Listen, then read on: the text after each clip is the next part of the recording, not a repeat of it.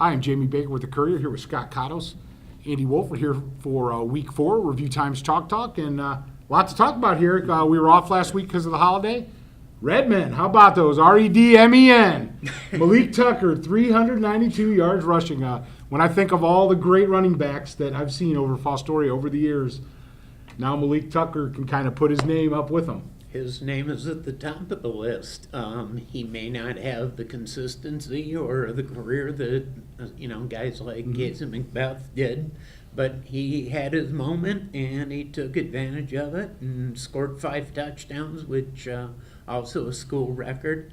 So they got their first win, and that means something. It's a little bit of momentum to carry into the league opener at Otsego this week, and that's better than a loss. Yeah, it's way better than a loss, and but let's face it, they won't be playing any Cardinal stretches the rest of the way. No, this is a pretty good football league, and especially at the top.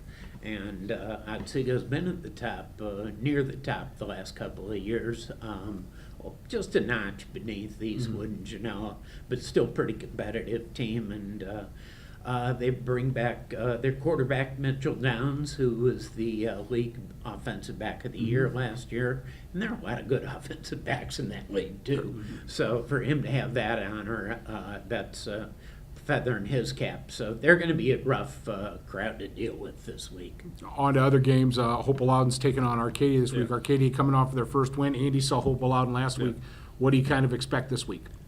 I don't expect it to be too close, but most of the fact that Hopewell was able to hang in there with Arlington, who I think is one of the better teams in the BVC. It was not decided until the 2 minutes ago. College Trilly, I wasn't too happy to see how inconsistent they were on both sides of the ball. And Arcadia is riding high off a nice win. They closed really strong against North Baltimore, but I think they're going to be facing a little bit tougher defense in Hopewell this week.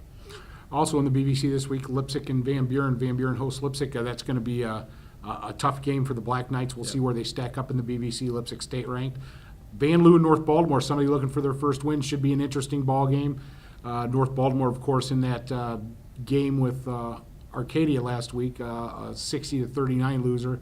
A lot of points scored. There could be a lot of points in this game. Other games, the Battle of the Woods. Elmwood visits Eastwood this week. I think Elmwood's probably hoping to begin to close the gap on Eastwood, and they've played better, but they just haven't quite gotten over the hump yet.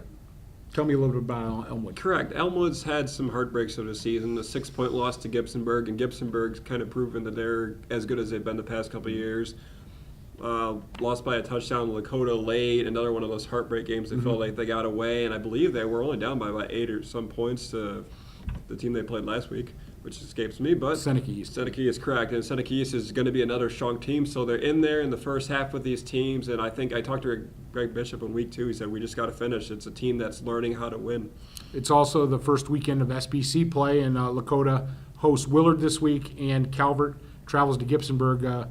I know Lakota and Calvert both have, designs on the SBC, so we'll see what happens in this first weekend of games. That should wrap up week 4 of the Review Times Chalk Talk. You can get all the coverage of Friday night's games and Saturday's Review Time.